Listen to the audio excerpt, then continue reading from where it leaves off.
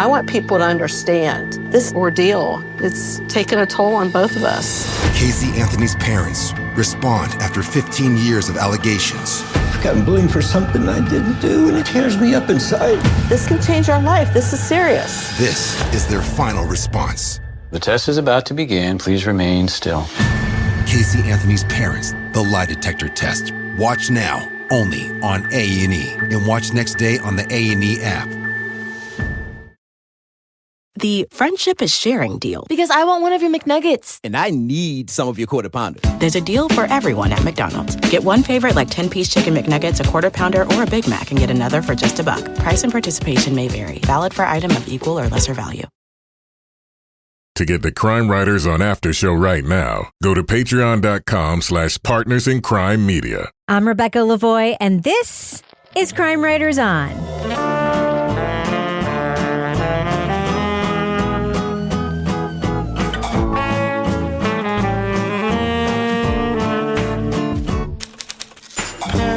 Crime Writers On is the original true crime review podcast that digs into true crime, pop culture, other podcasts. And on this episode, 3 women are denied justice based on the word of one Arizona policeman. What was kept from them? Documentation that the cop was a liar. We'll review the podcast, Verified, Full Disclosure. Joining me to get that done and more is true crime author, TV journalist, and host of These Are Their Stories podcast, my husband, Kevin Flynn. Hello, Kevin. Hello, Rebecca. Also with us is private investigator, certified pet detective, resident cat lady, and author of the best-selling Final Curtain, Laura Bricker. Hi, Laura. Hey, Rebecca. Yeah, by the time this podcast comes out, it should be official that The Final Curtain is going to be the top book at Water Street Bookstore for 2022. That's 2 years in a row for you. 2 years in a row, yeah. Thank you, Water Street Bookstore. I'm curious, how is the first book in the series faring in 2022? Is it also on the top 10? Oh, yeah. So it got a boost from the second one. So it's pretty exciting. As it should. That's how the tail effect works, right? Yeah, I like it. Yeah. Also with us is our captain of all things cynical, the author of the City trilogy of novels, host of the Strange Arrivals podcast, and our Patreon Deep Dive Book Club podcast, Toby Ball. Hi, Toby. Hello, Rebecca. All right. So, Kevin, obviously, this is Monday's program. Yeah. You are the executive producer of the show. What a fine job you do. What is coming up on Thursday's program? Yeah, on Thursday, we're going to be talking about the documentary series from Peacock. It's called The Battle for Justina Pelletier. All right.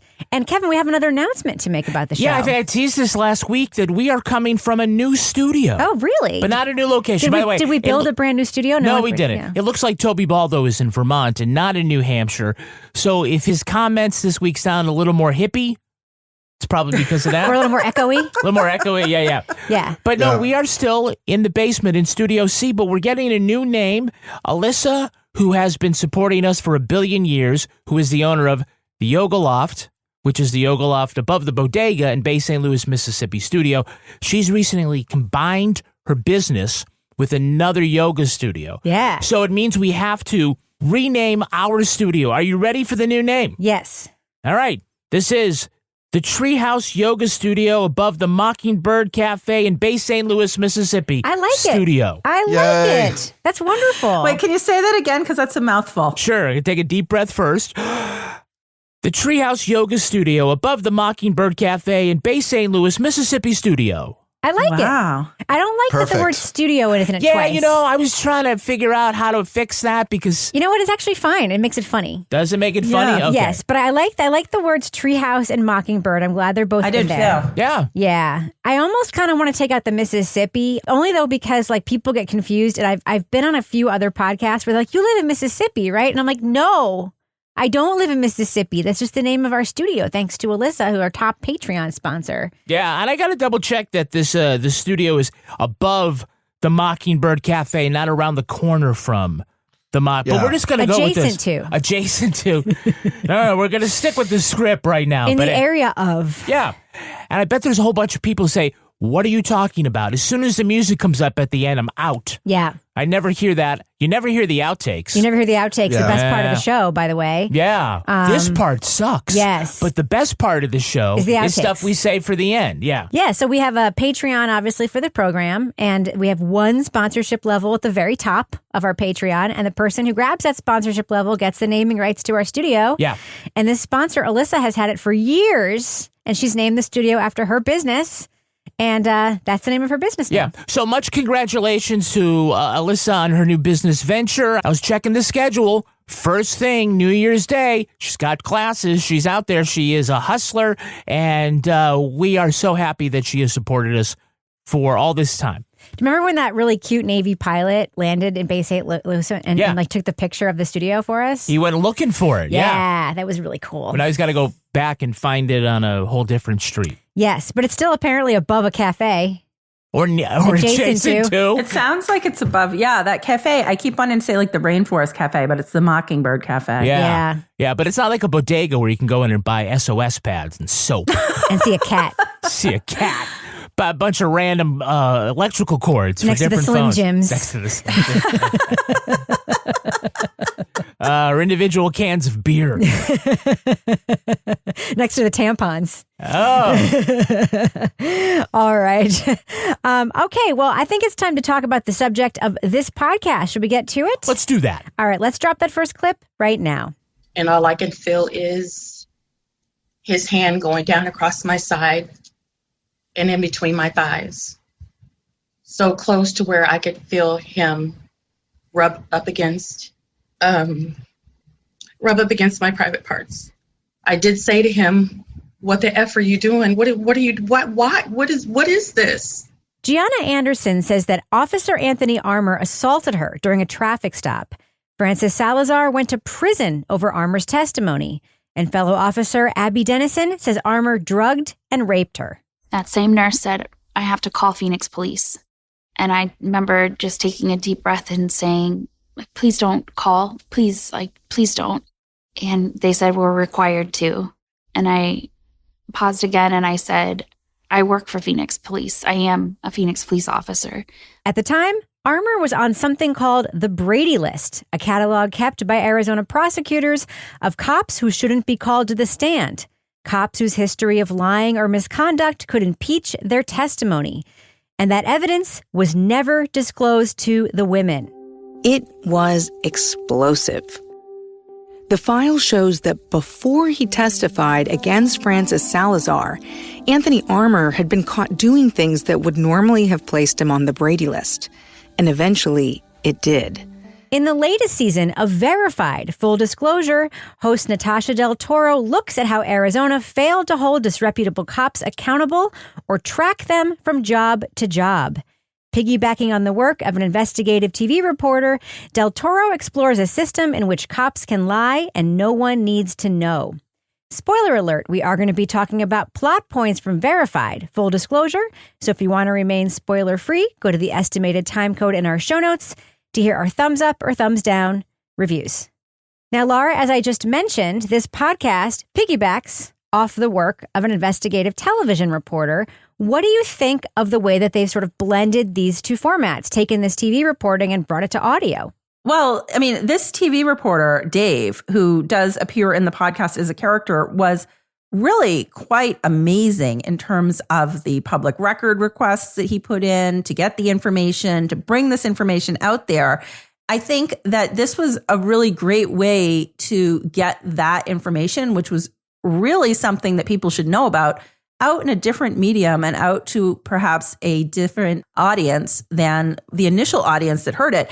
And I also liked how we heard from him throughout this podcast in terms of how he got things, where he got the information, putting things into context, talking about where things are now and how things were received while he was doing the reporting. But I mean, it was total rage-walking material on all fronts in this podcast. But he was also able to, shed, like if somebody was like, not that like Exeter and Phoenix are the same, but he had this insider thing. So they're like, well, what is Phoenix usually like? And he was able to be like, yeah, downtown Phoenix, usually not this busy. Like when he was talking about the, 18 protesters, kind of setting the scene of what it was like there. So I'm glad. I mean, it's unusual. And I think it's unusual because I think the theme of this podcast was very similar. It wasn't structured like perhaps some of the narrative storytelling podcasts we've listened to, but the information and the reporting and the quality of that came through. They couldn't see them turning in. No, there was no way. There's no way for them to see these people turning in. So there's literally no way that they could have detected whether there was a blinker violation.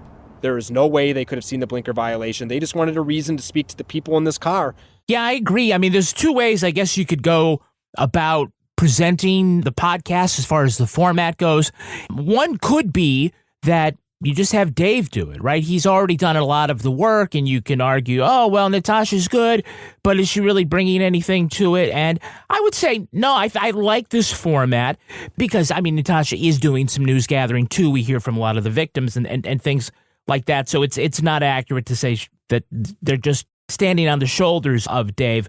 But it makes it, I think, for an interesting podcast to hear him be more of a guest than a presenter, because then Natasha can ask curious questions and, you know, it gives him a chance to, like you said, do more than just his findings, also talk a little bit about his observations about gathering that news. But like you said, Laura, I'm just completely blown away with how effective an investigative reporter he is. I don't know how you get those documents and that body cam footage in a expeditious manner, especially when the government looks bad. They can stonewall on those kinds of requests because that's the rope which they hang them with is, their own video, their own words, their own transcripts from grand juries. It's just fantastic reporting, and it really makes a difference in that community. No, Kevin, I just wanted to make like one mention of one thing. Yeah. Like this TV station really invested in this like long-term investigative reporting project, which is not super common for a local TV station to do. No, they created the database with their Brady List. Yeah. I mean, as like a TV reporter, even the investigative reporters at TV stations, a lot of pressure to like meet deadlines, do general assignment reporting, right? Like I just want to give the TV station that this guy works for credit for letting him stay on the story, because that's not common at all. Yeah, to let him sit in a courtroom for a civil trial that is tangentially related to the larger investigation. It's sort of like some news directors would be like, no, you got to go on, you got to... Exactly, there's a storm today. This package. Yeah. There's a dust storm today, sir. You got to go outside. Right, exactly. I mean, so Toby, one other thing that's different about this podcast is, this podcast, sort of like the season of Motive we reviewed this season, sort of skips around stories, right? There isn't one single narrative that it follows all the way through. Yeah, because I think when it starts, you get the feeling it's going to be about this one cop, Anthony Armour, and his sexual misconduct, because the first two episodes are basically about misconduct with a woman who he stopped for like a bogus traffic stop. And then the next one, a fellow officer. But that's not really what it is about, right? It's sort of introducing the idea of corruption on the Phoenix Police Department and lack of accountability and discipline. So then it kind of moves on from there to other stories. So, I think one of the things you kind of, at least for me, came out of it thinking about is like how cohesive a narrative does it need to be? Like you're building a case, but they don't really signpost that for you. At least if they did, I didn't pick up on it at the beginning that eventually we're going to get to here. So in some ways it was interesting that it was like that. And like a new episode would come and be like, oh, okay, well, this is a different look at sort of a thematically similar thing. It worked for me, but it's definitely different. And I think it's sort of a testament to the reporting and the information you get out of this that it works, because it's a little bit less sort of organized and have sort of a narrative through line than what we're used to and what I think a lot of podcasts really need. But in this case, that didn't seem to be the case. So let's talk a little bit about the Brady List concept. In New Hampshire, we have a similar concept called the Lori List, which until a couple of years ago was secret. It was a list that was held back from the public. A lawsuit was filed, and then a couple of legislative things happened. But it was secret. It was actually the subject of a podcast that Jason Moon, host of Bear Brook, did called The List. It was under the document banner at NHPR. But do you think these lists should be completely public? Because I will say, when the state of New Hampshire was forced to finally essentially make this list public, it was heavily redacted. Yeah. And then it was sort of like it was released in stages because then a bunch of cops like sued to keep their names redacted or appealed to keep their names redacted. And there are still some redacted names on it of sort of like pending sort of situations. But like this information, I mean, why shouldn't it be public, I guess is the question. Well, I'm going to go before the former defense investigator gets her teeth into this question. But yeah, I think it should 100% be discoverable, and not just by defense attorneys, but by the public too. But you're right. At the very least, the defense should know. I mean, I think probably what we're trusting the prosecution to do is to just disclose the names as an ad-needed basis, right? If none of the cops on the list are involved in the arrest or they're going to call for testimony, then we're not going to tell you who's on it. But I feel like this is something that should be discoverable, because if Officer Jones is the one they call to testify, but Officer Baker was also involved in the arrest, and Officer Baker is on the Brady List for fabricating evidence or lying or something like that, that is relevant to that defendant's case. Absolutely. But it's being obfuscated. So I like the idea that it should be public. It also gets into the, the larger issue is how do we hold police officers really accountable when they're disreputable? But I think we all have ideas on that. But I'm just going to go get my popcorn and wait for Laura to rage walk her fuck the way through this question. Well, Laura, because Laura, the thing I wanted to ask you about too, most cases don't go to trial, right? Mm-hmm. So I would argue this should be public, because the idea that it should be withheld because it's about officers testifying is fucking bullshit, because most cases don't go to trial and they try to push defendants to take plea deals. And if they're arrested by cops who lie, that's something their lawyers should know. Absolutely, Rebecca. And that's the thing. I'm thinking back to prior to the Lori List, coming out last year, when I was still working as a defense investigator, we would maybe know, like in the office, sort of informally, people that were on the list. We had no idea what they were on the list for. It wasn't really anything you could use. But in this case, especially like you said, there are a lot of cases that plea out before trial or negotiate down. And if there is a police officer involved in that case that has credibility issues, that is absolutely something you should know, because if the prosecutor's like pushing, and you actually know that this officer isn't going to be able to stand up in court because of something that's happened in his past, I mean, that's something you need out there. And the other thing about this is it reminds me so much of New Hampshire, but also sort of this idea, I think they described it at one point, and I thought it was such a good description of nomadic cops. This is the place that was being described as a second chance department. What does that mean? Or in some cases, a third chance, fourth chance. I think one officer is a sixth chance. It means they've been pushed out of previous departments or fired, and this is their last resort. This is really their second or third, fourth, fifth chance to still remain a cop in Arizona. We had the situation here in Exeter where I live at the hospital where we had the big hepatitis C case. Kwiatkowski. Yeah. And he was working in the cath lab.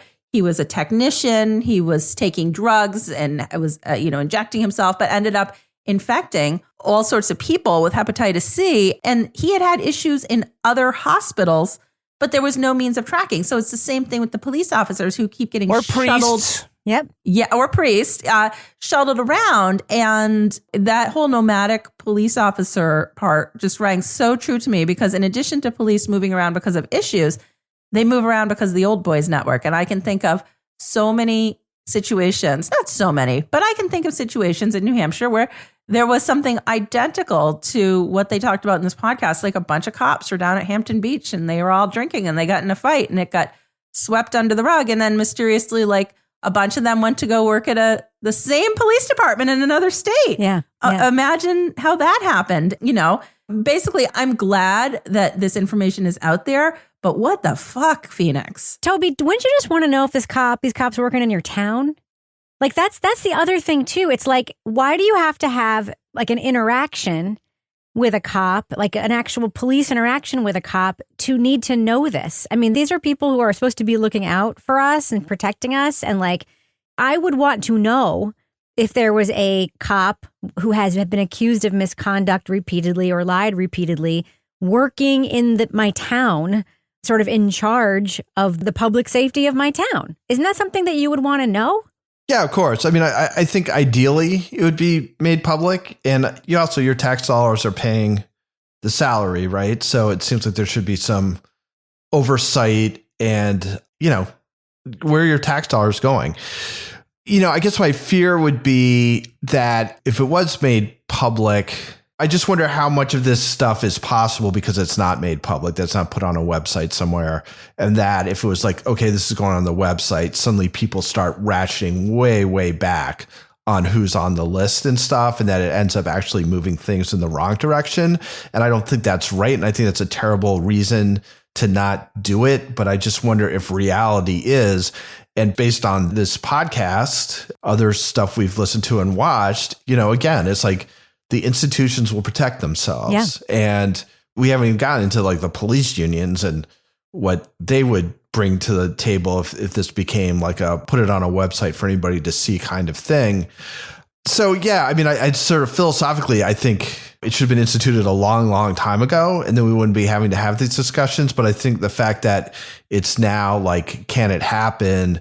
I just feel as though there's enough sort of institutionally that would either keep it from happening, or if it was sort of rammed down their throat, we're like, all right, we're just going to throw them like the worst of the worst. And then a lot of bad cops kind of float by because they don't rise to this new standard. Yeah, you know what else they institutionally can't stop? Us talking about business in the business section. That's true, and I guess that's... Oh, God. Though they try very, very That's hard. where we are. They So, create Kevin, a list. what's on the list in our business section right now? Well, right now in Patreon, you go to patreon.com/partners in crime media, and you can get all sorts of podcasts exclusively there, including this week's Crime Writers on After Show. And this week, we're going to be talking about holiday hijinks. Bad Christmas. Bad Christmas. Yeah, we all get it. I mean, it's not going to be like, hey, what did you get for Christmas? No one wants to hear that. It's about what shit did you get into? Yep.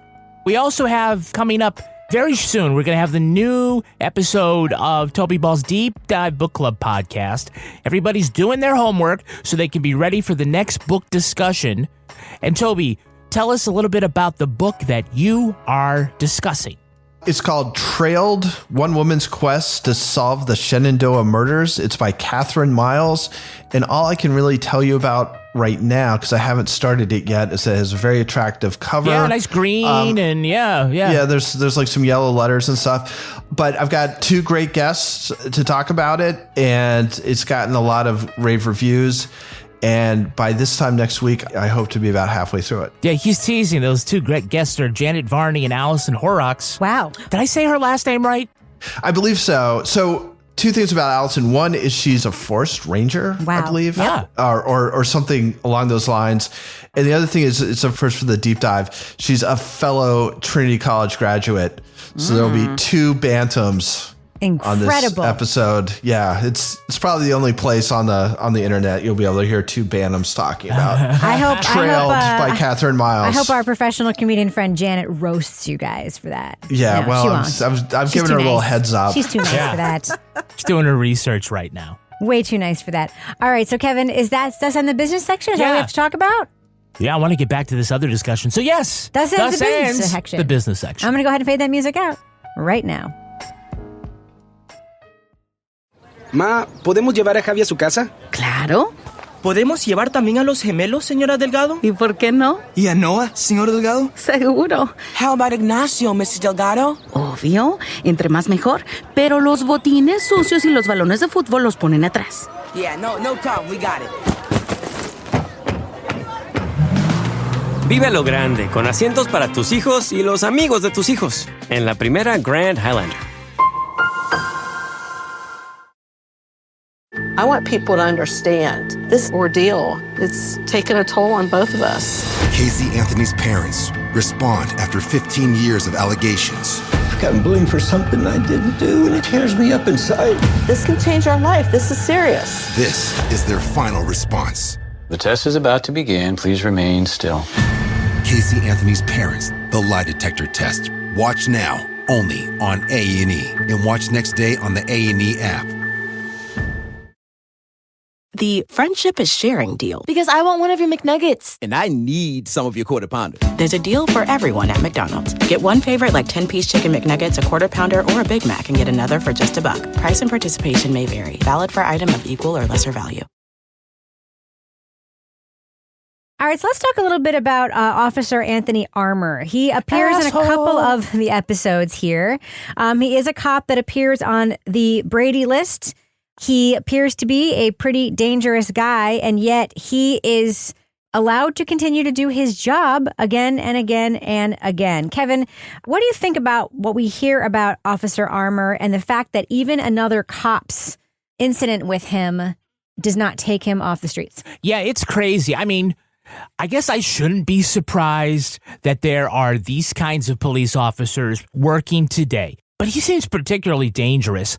There's 3 incidents that these women accuse him of are kind of very different, but they are part of a particular arc where he has checked nearly all the boxes for all the things that a cop shouldn't do and that why they would make them impeachable in other trials. You know, the way that he interfered with that woman during that police stop, all the way to drugging and raping a fellow officer. And so I just point blank asked him, do you believe me?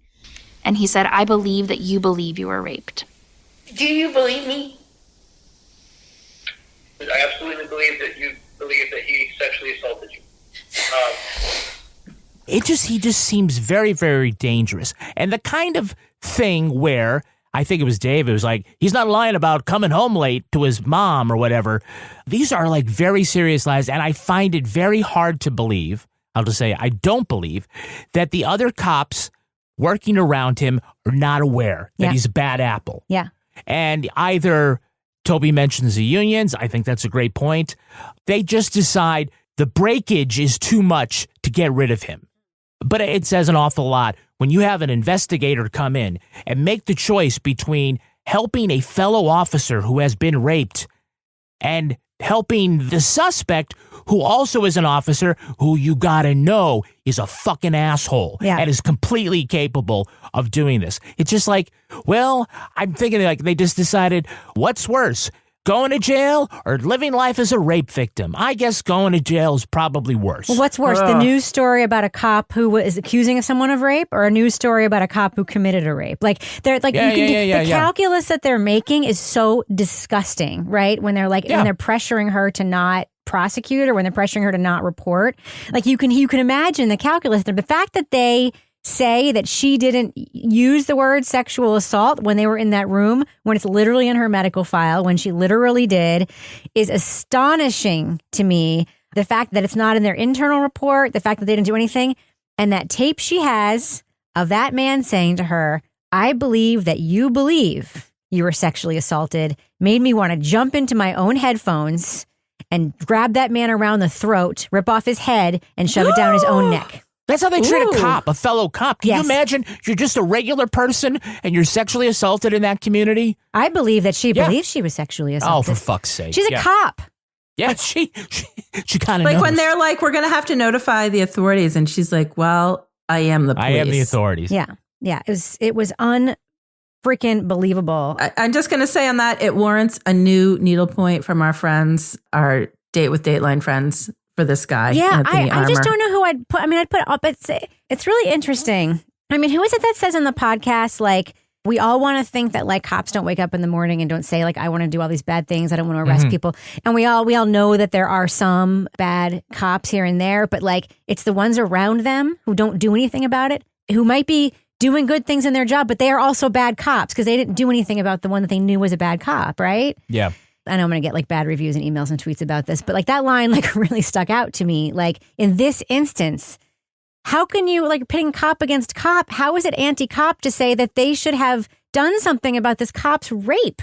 That's not anti-cop. I'm being pro-cop right now. This cop was raped. They should have fucking done something about it. It's bullshit. Yeah, but I think again, it's like, do you hold people accountable? And I think the culture is, if a cop does it, no.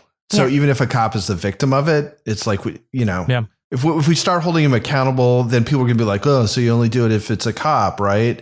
So you just don't even go there. Right. It's the irresistible force and the immovable object. Yeah. So, Toby, Superior, Arizona. Looks like that's where we're going to be retiring, eh?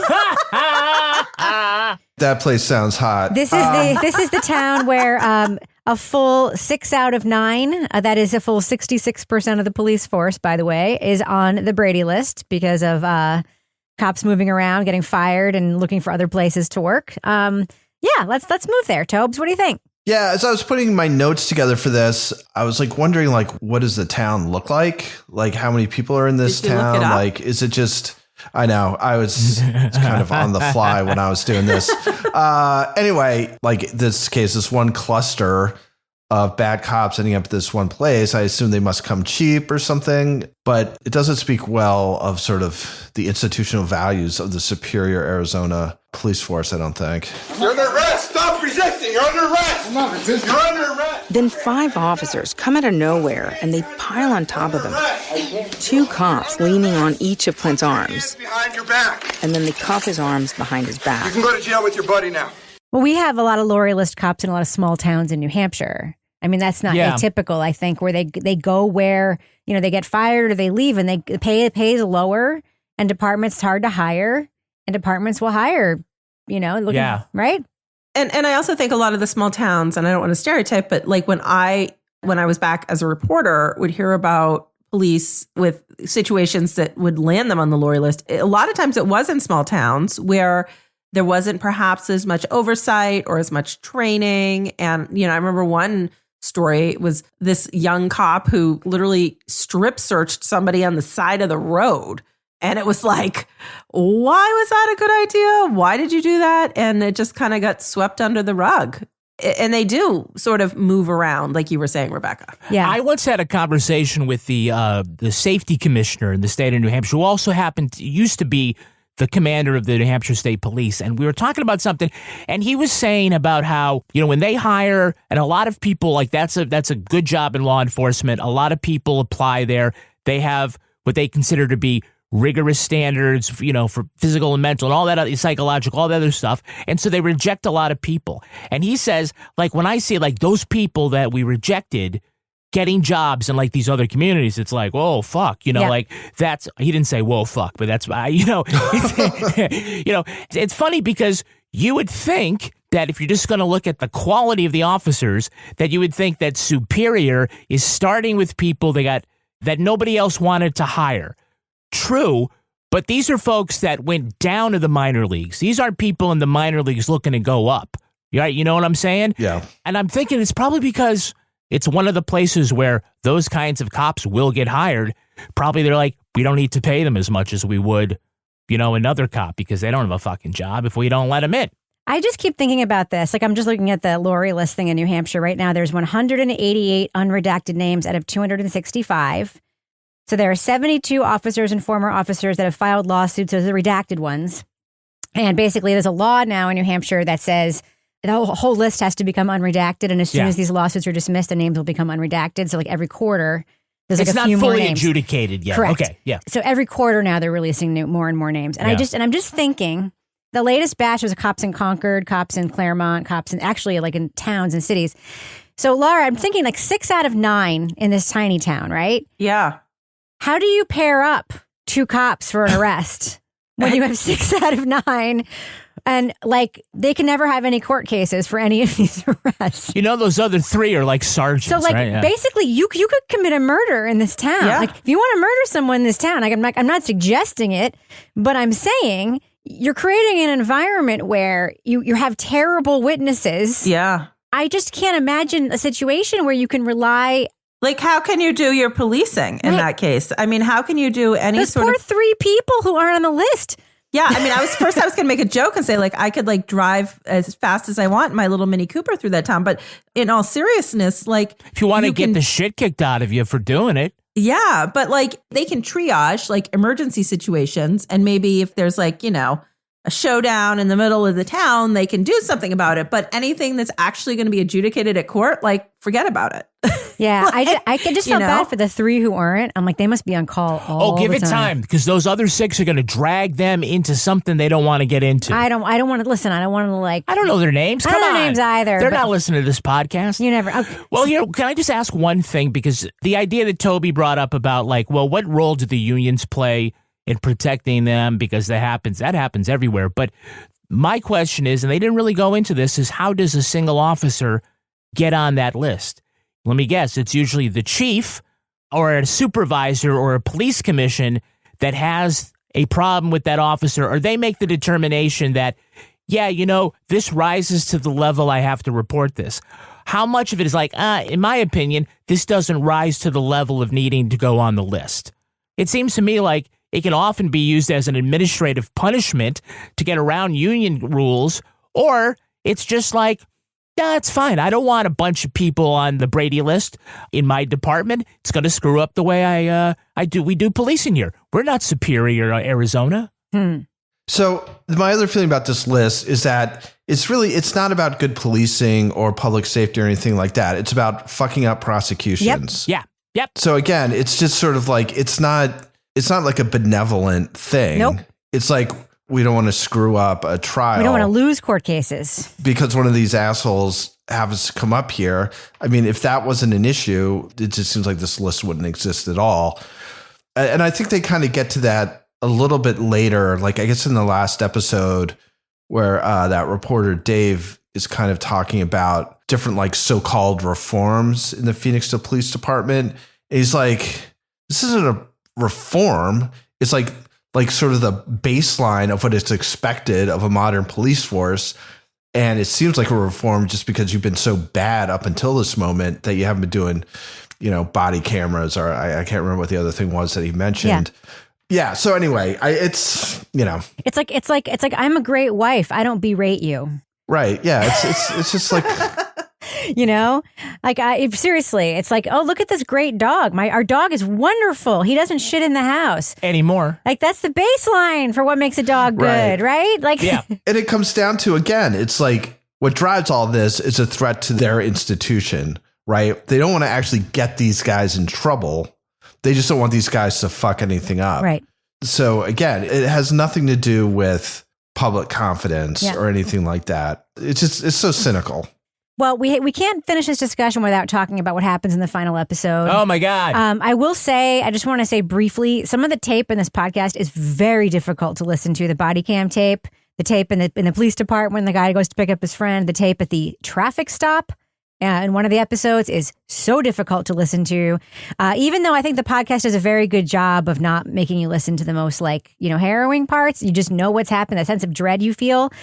But we have in the final episode a Black Lives Matter protest, and the Phoenix Police Department basically invents a fake gang in order to, I guess, lock up a bunch of people for protesting peacefully by creating a fake gang called ACAB, which is just a chant that Black Lives Matter people say during protests. And they got the district attorney's office involved. They got a grand jury to agree and indict people on a fake gang charge. Laura Bricker, thoughts?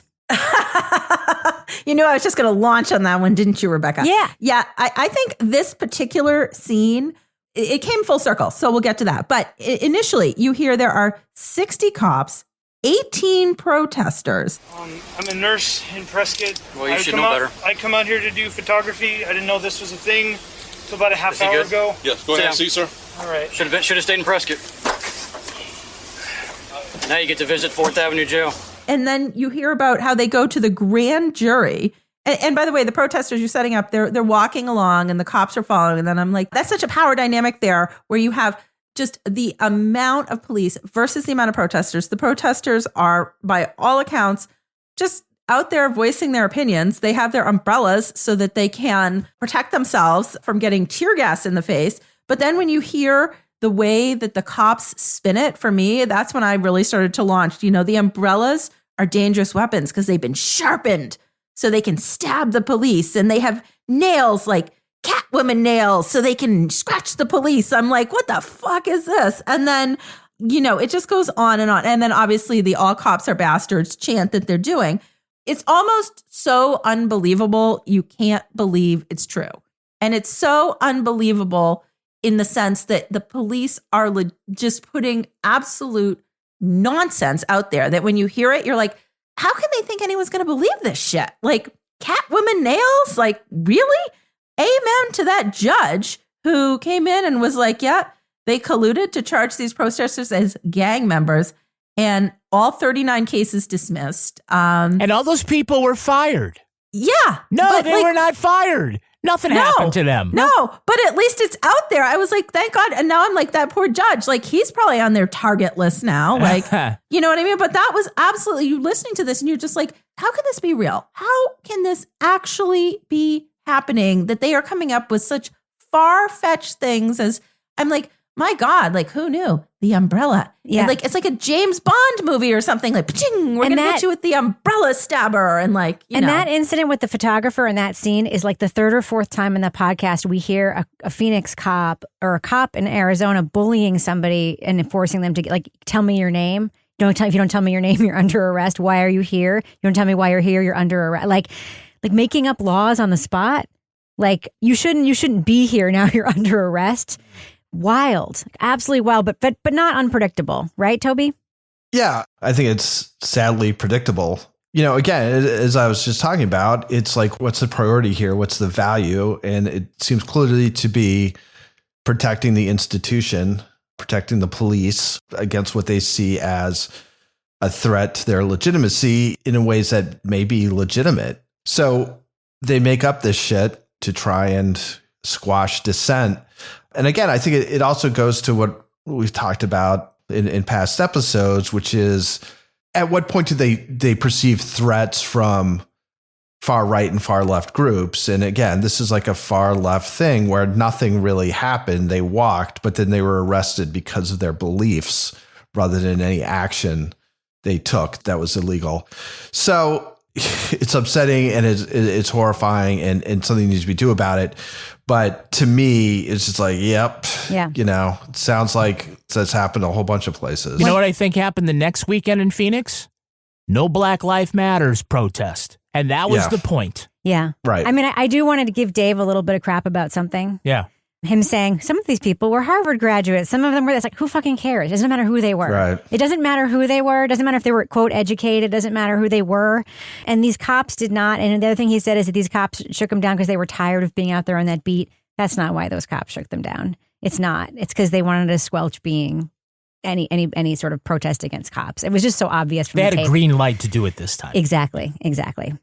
Ma, ¿podemos llevar a Javi a su casa? Claro. ¿Podemos llevar también a los gemelos, señora Delgado? ¿Y por qué no? ¿Y a Noah, señor Delgado? Seguro. How about Ignacio, Mrs. Delgado? Obvio. Entre más mejor.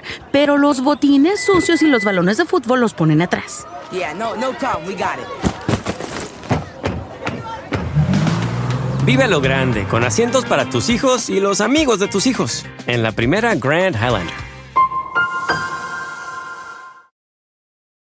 I never did anything to harm my daughter or my granddaughter. The test is about to begin. Please remain still. Casey Anthony's Parents, the lie detector test. Watch now, only on A&E. And watch next day on the A&E app. The friendship is sharing deal. Because I want one of your McNuggets. And I need some of your Quarter Pounder. There's a deal for everyone at McDonald's. Get one favorite like 10-piece chicken McNuggets, a Quarter Pounder, or a Big Mac and get another for just $1. Price and participation may vary. Valid for item of equal or lesser value. All right, let's do what we do. Let's let our listeners know, should they check out the podcast Verified? The season is called Full Disclosure. What do you think? Thumbs up or thumbs down for this podcast? Laura Bricker, what about you? Yeah, I'm going to go thumbs up with this. This was something, as we know, I love when there is some sort of a criminal justice story that really needs to get out there to raise awareness, where people have been taken advantage of, where people are not treated properly. And Phoenix, Arizona is where it's all going down. And the reporting by Dave, who was the TV reporter who did a ton of work about police on their Brady List there, was really top-notch reporting. A really extensive research. The stories in this are extremely rage-inducing, but in being that way, they highlight the issues within this police department and in this area that really need to come out. But I hope, because, I'm not going to give spoilers, that perhaps this podcast and the stories in this podcast and the information going out into a different medium might lead to some change in Phoenix, Arizona. So I would say listen to it, and it's a big thumbs up for me. Toby Ball, what do you think? Yeah, I'm a thumbs up as well. I mean, I don't think there's anything in this that I found like particularly surprising or sort of revelatory, but what they do is it's just documenting very clearly both sort of malfeasance among these Arizona police departments and the lack of accountability, and how even like the sort of internal accountability systems aren't very effective, and so on. So it's a very good piece of reporting and documentation to sort of show things that I think we from years of doing this already kind of know, but this leaves no doubt. And it's just, it's well written. It's very well reported. It's got some very compelling and difficult, as you said, audio. So yeah, it's a strong thumbs up for me. Kevin Flynn. I'm a thumbs up. During our review, we talked an awful lot about the issues, but specifically as far as the way that this podcast is put together, it's excellent. I don't want to give Natasha Del Toro short shrift because some of the news gathering was done by another organization. She puts together a very compelling podcast with great, I want to just say it this way, she brings the receipts. Yeah. And I think it's the kind of thing where I know about this practice. I don't think a lot of folks in the true crime field kind of understand that this is another aspect of finding out who in law enforcement is trustworthy and not, and the way that there needs to be reforms in this particular area. So I'm going to say that if you're waiting for your rage walk, your first one of 2023, this is it.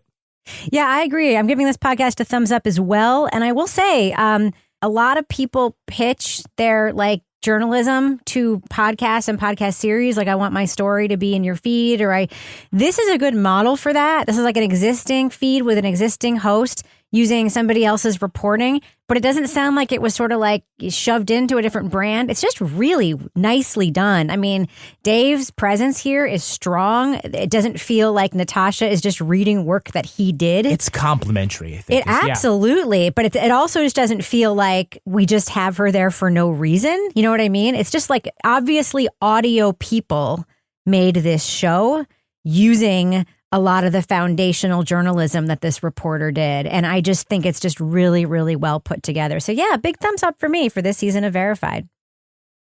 Now it's time for my favorite part of the podcast, a little something I like to call the crime of the week. Hang on to your hats, guys, because South Korea has officially ended its ban on the importation of sex dolls. About time. Yes, for several years, customs agents have been seizing the life-sized, anatomically correct adjustable mannequins, saying they harm public morals. Why, does the public use them altogether or something? A Korean importer sued, saying there are no laws in the books banning the sex dolls and the government shouldn't regulate what people do in their own homes. That's right. They also argued that using a sex doll doesn't injure anyone unless you call silicone burns an injury. There are sex dolls made in Korea, but their quality is inferior to those from abroad. They're more lifelike, and importantly, they're washable. Customs officials say they'll begin letting commerce resume. Meanwhile, they have to decide what to do with the 1,000 sex dolls in storage that they've seized since 2018. So panel, 1,000 sex dolls in one place made us wonder, what have all those confiscated sex dolls been doing all of this time? Laura Bricker, what do you think? Well, if the police force there is anything like Phoenix, Arizona, I think they're probably fostering them in their homes while they're waiting for them to be moved out of holding. Oh, jeez. What do you think, Toby Ball? What are these 1,000 sex dolls doing in storage? Golf ball cleaning. What do you think, Kevin? They're listening to true crime podcasts. I think they're cosplaying Westworld. Oh, yeah. Oh, yeah, that was totally. And I have to tell you, I went down the rabbit hole on this one. So did Toby Ball. Did you look up the sex dolls too, Toby? No, it was a rabbit hole joke. Anyway, so I went and looked. So they're like, the cheapest one is like $900, but they can sell for as much as $1,000. Wow. It says, discreet packaging. The box is completely plain and without any trace of suspicious logos. Unlike the Christmas gift you got me, which had the name of the Christmas gift on the outside of the box? case. Yeah, that was great, yeah. The dolls will be shipped naked without the advertised costumes, but we will randomly give away similar wigs and lingerie. Nice. But they are very realistic. I have to say it's a little I think creepy. $1,000 is cheap for a woman. Well, 10,000 though. 10,000. Oh, 10,000. Still cheap for a woman. I'm afraid now my computer might crash and I'm going to be getting ads on Facebook about Korean sex dolls. Yeah, but with the mouth like that, she always looks surprised. I know. It's amazing. All right. That should probably do it for us.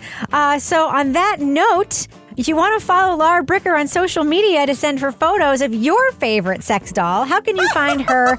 Laura Bricker, how can you be found on social media?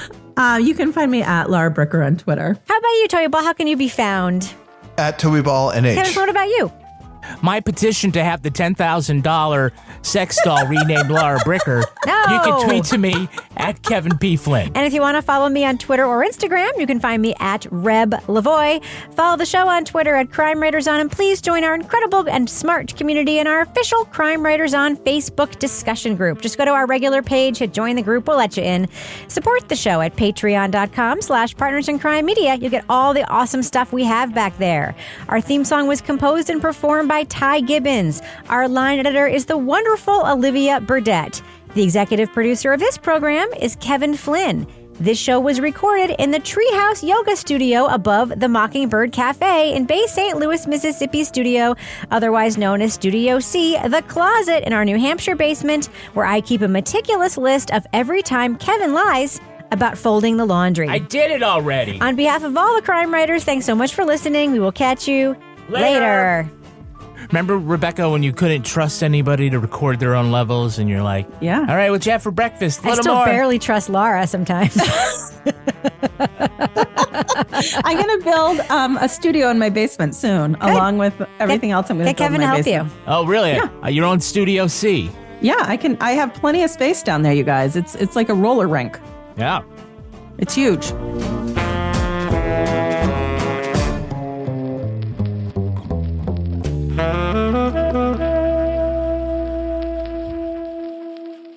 Partners in Crime Media. The friendship is sharing deal. Because I want one of your McNuggets. And I need some of your Quarter Pounder. There's a deal for everyone at McDonald's. Get one favorite like 10-piece chicken McNuggets, a Quarter Pounder, or a Big Mac, and get another for just $1. Price and participation may vary. Valid for item of equal or lesser value.